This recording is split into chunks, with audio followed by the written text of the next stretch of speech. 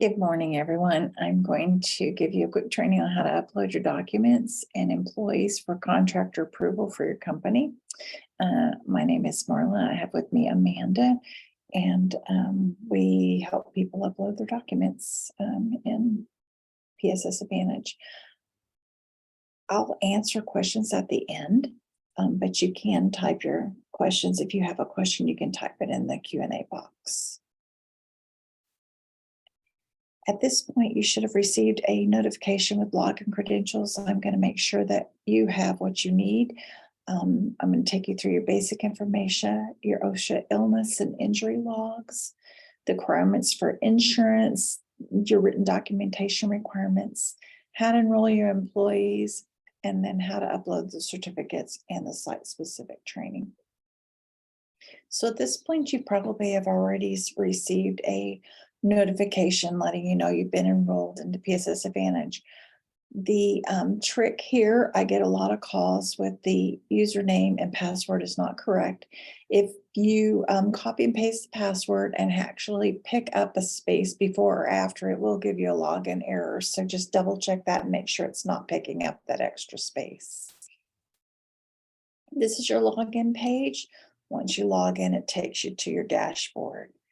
At this point, you'll probably notice that your status is enrolled. I am enrolled in several facilities, so I have different status standings in my status column. So let's look at those. Approved means our documentation has been approved, as well as employees have completed the required training. Pending document means that I have submitted my written documentation. I'm waiting on the company to approve us. Pending completion of employee training means that I have employees that need to complete their training before they are allowed to work at the facility. If you happen to be enrolled by exception, you have limited time to get your information uploaded and your employees trained. When you are enrolled by exception, it does open both the portals for documents and training because of the limited time frame.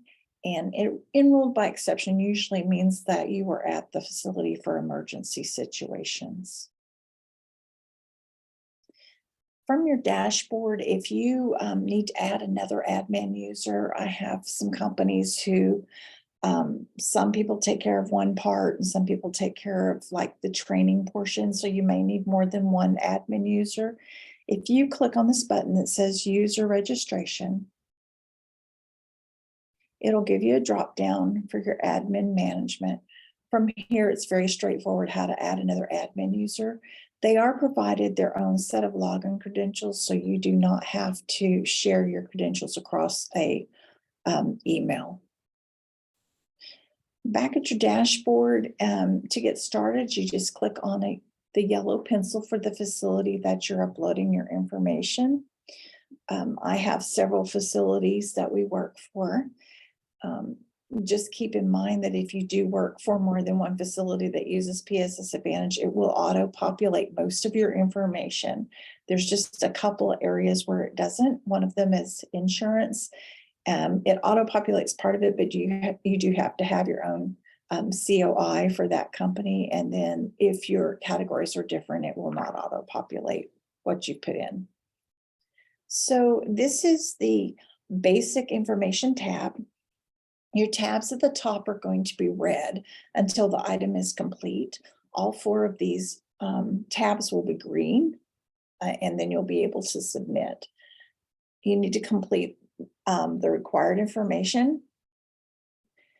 One of the areas on this page that seem to be a place where we get stumped is the percentage of work. It does not reflect that it is a required field, but all three of these boxes have to add up to 100%. You can save at any time on this page, but your tab will not turn green until this adds to 100%. So this is the top portion. This is the bottom portion of the same page, your basic information page. Note that 3 references are required. The value of work does have to be a dollar amount. It's not a percentage, it is a dollar amount. Once I click save, my tab for basic information should turn green. My basic data is my OSHA and illness information. If you'll notice, I have red for 2022. June the 1st is when I am supposed to have my 2022 information. Since you're starting, you'll go ahead and yours will, you can go ahead and enter your information. But for those of us who have already been enrolled and approved somewhere, if we don't get our information in basically today, then we'll be unapproved. So we have, to get this in every year by June 1st. Once you get all of your information entered here, just click save and that tab should turn green. You're at your insurance tab. You enter the amount that you have on your COI. It does show what the minimum requirement is for that facility, but you're going to enter in the actual amount that you have on your insurance, your limits that you carry.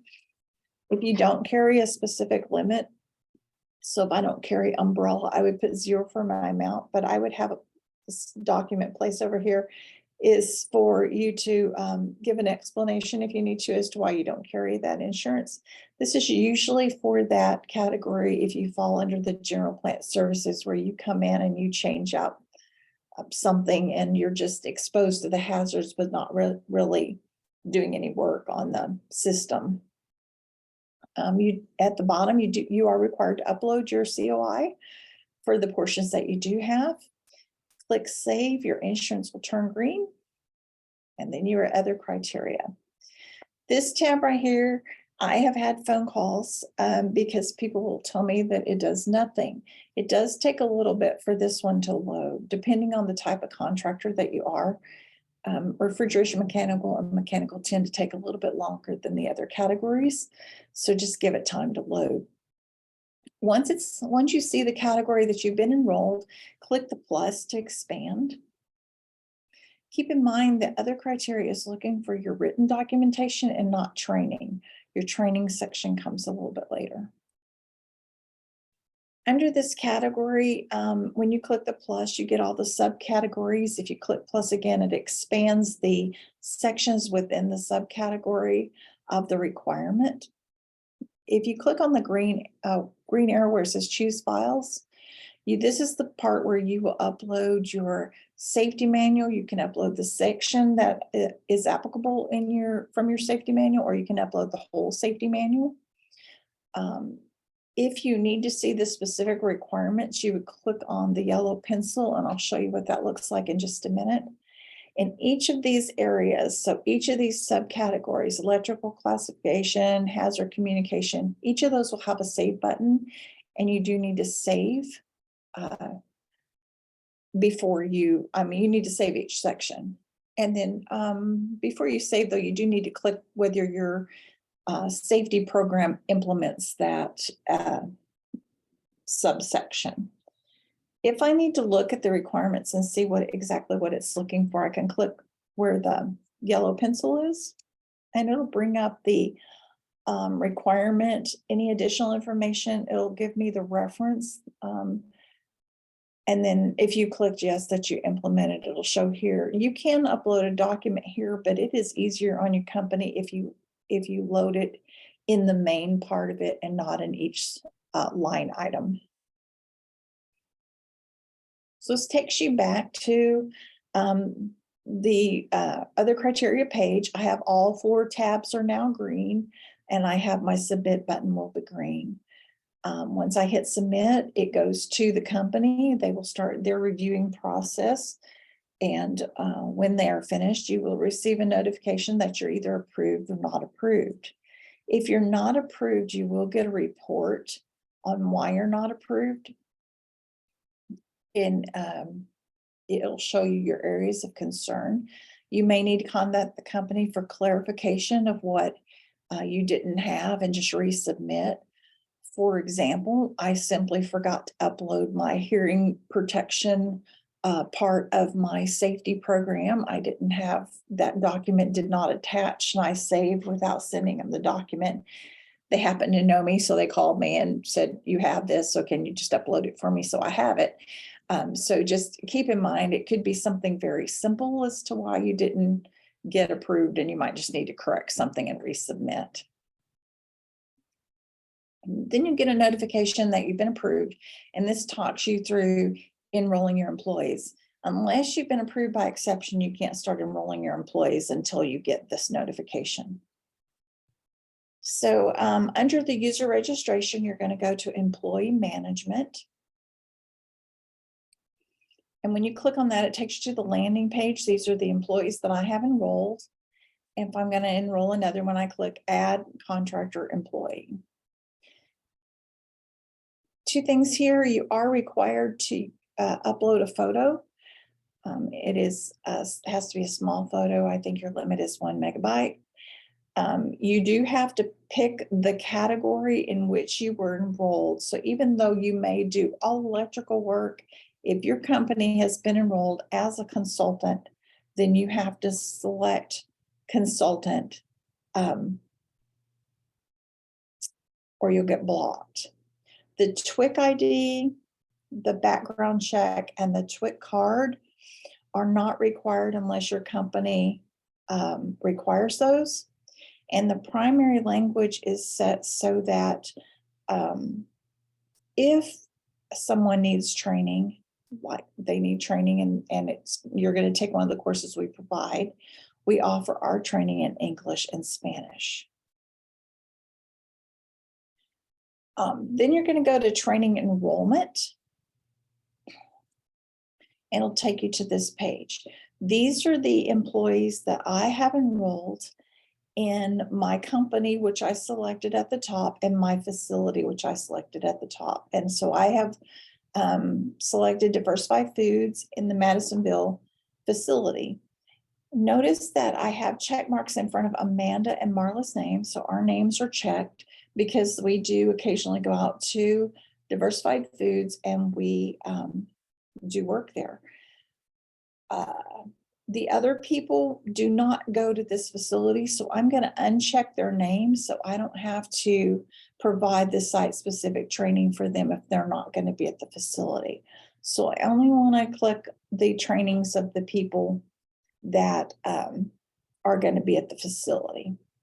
Notice that in the box to the right, it says amount owed. This is, well, first of all, this varies according to the category that you're enrolled in. So it's not always, doesn't always start at 175. But this is if I had no training and I needed to take everything so I can work at that facility.